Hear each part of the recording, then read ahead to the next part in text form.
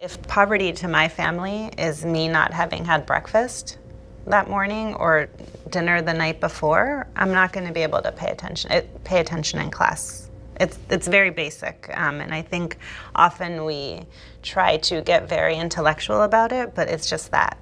I can't pay attention if my other needs aren't being met. I want to learn, and until my basic needs are met, I'm not going to be prepared to learn.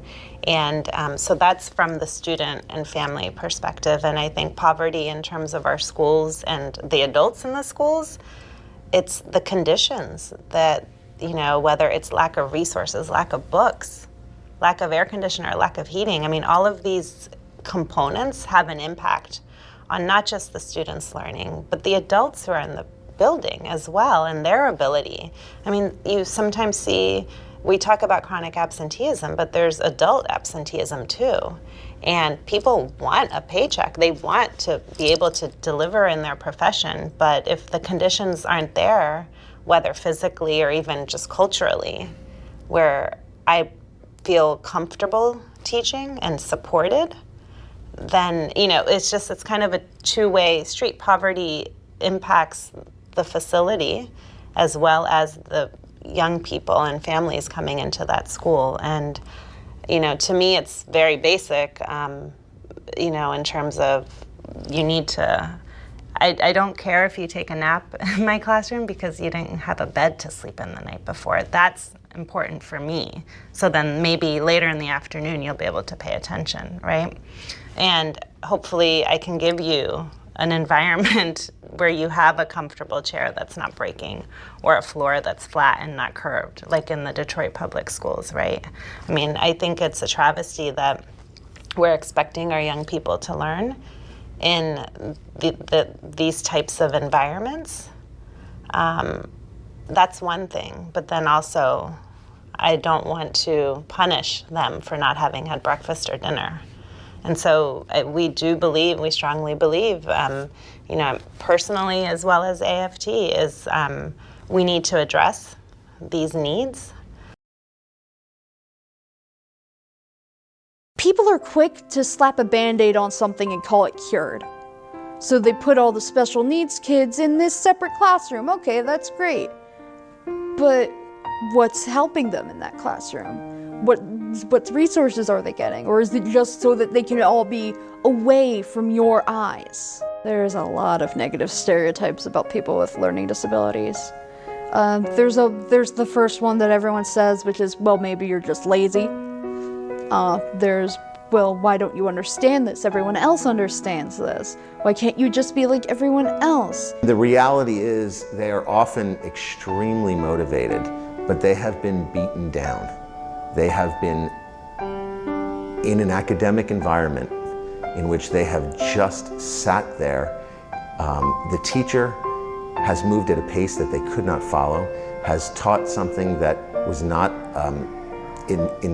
instructed in a way that they could learn. Kids come with us with all types of abilities and talents and needs, and everybody should get what they need.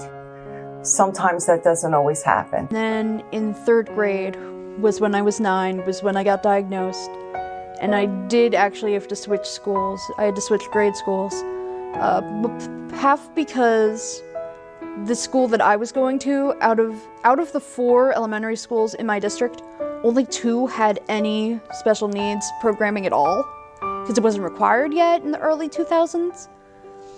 So for me to get any help, they didn't even have anyone to do an IEP at that school. So in order for me to even get an IEP, I'd have to switch schools anyway. When a student has an IEP, there are many more types of accommodations and modifications that are available. Accommodations are things in the classroom that help students access the content. So it could be anything from going at a slower pace to providing large print or access to audio or a live scribe pen. They're all different types of accommodations. It's helping the student overcome whatever difficulty they have. I want people to know about people with learning disabilities is that they are some of the most creative and innovative thinkers and leaders in our world. I have a board in my room that just is filled with leaders with learning disabilities, from journalists to entrepreneurs like Richard Branson, scientists. When people see students that are struggling to read, I want them to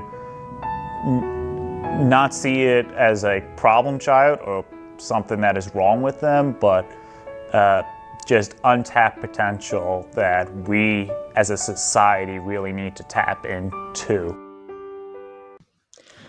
Focusing on equity and acknowledging that not all students have the same learning needs is important. In an equitable learning environment, students don't just receive the same tools or resources. They also receive accommodations based on their unique circumstances. This environment enables students to reach their fullest potential regardless of factors like income, race, gender, disability, language, or other variables. Distribute resources and funding fairly among schools to guarantee that every student can access quality education, regardless of their socioeconomic background or where they live. Provide integrated programs for students with disabilities and special needs in all schools as mandated by law.